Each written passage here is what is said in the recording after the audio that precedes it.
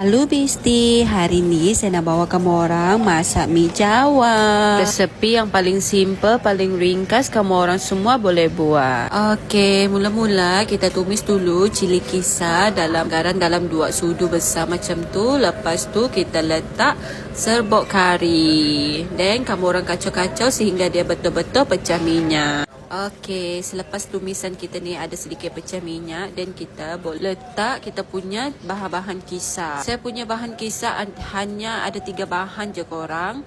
Bawang besar, halia dengan udang kering. Guna 1 biji bawang besar, lepas tu halia 1 hinci, udang kering tu dalam anggaran 2 sudu besar macam tu dah cukup dah tu korang. Kalau korang nak letak banyak sikit pun boleh, depend dengan selera masing-masing ya. Korang kacau-kacau sehingga dia pecah minyak kali kedua. Okey, korang tengok ni. Inilah dia pecah minyak. Dia pecah minyak dengan elok. Rempah dia pun masak. Setelah dia dah pecah minyak dengan elok, korang boleh masukkan daging yang korang rebus tadi.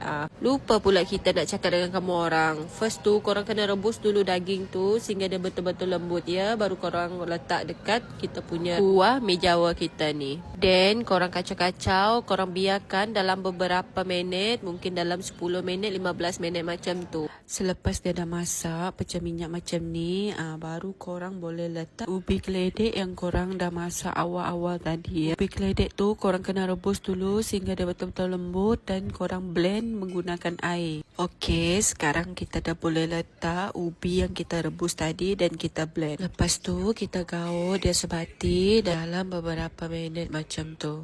Lepas tu sekarang kamu orang boleh letak air. Ini ikut kamu orang punya sukatan sendiri ya Besti. Kalau korang suka kuah dia pekat-pekat, korang jangan letak air dia terlampau banyak. Kalau korang suka kuah dia sedikit cair, korang boleh letak air banyak-banyak. Okey, setelah beberapa minit, sekarang kamu orang dah boleh letak dah secukup rasa dan gula. Kalau korang suka letak gula, korang letak. Saya memang suka makan mi Jawa, dia ada sedikit manis ya korang. Kalau tak manis, dia bukan mi Jawa bagi saya. Dan akhir sekali, kita boleh letak kicap manis dari kicap Masuri. Ini adalah antara kicap yang paling-paling saya favorite. Paling saya suka. Setiap kicap sos tiram dan sewaktu dengannya saya memang guna Masuri. Okey, sementara kita tunggu kita punya kuah mi Jawa kita siap. Kita rebus dulu telur untuk topping kita punya mi Jawa nanti. Okey, kita punya kuah dah hampir siap. Kita rasa dulu ya.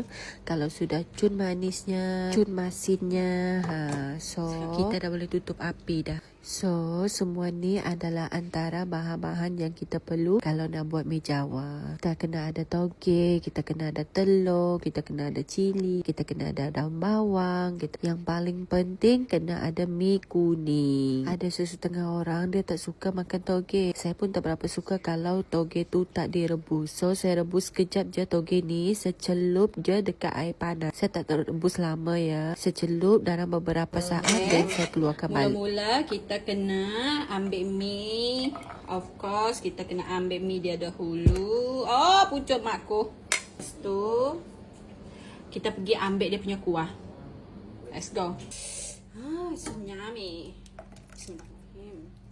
Okay.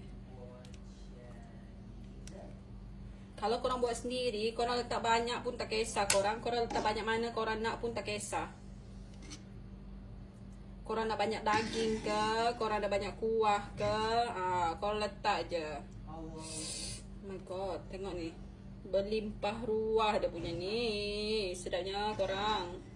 Lepas tu kita nak letak apa? Kita letak sayur toge. Korang tak suka sayur toge, tak perlu. Ni toge saya rebus sekejap ya, tak ada lama, dalam beberapa saat macam tu. Lepas tu kita letak sedikit cili. Kalau tak nak cili pun tak apa, terpulang. Sendiri buat, sendiri letak apa yang suka. My god, sedapnya. Okay. Lepas tu kita ambil telur. Telur of course sebiji ya, kalau saya. Kau tengok. Mi Jawa kita dah siap. Kau tengok sedapnya korang.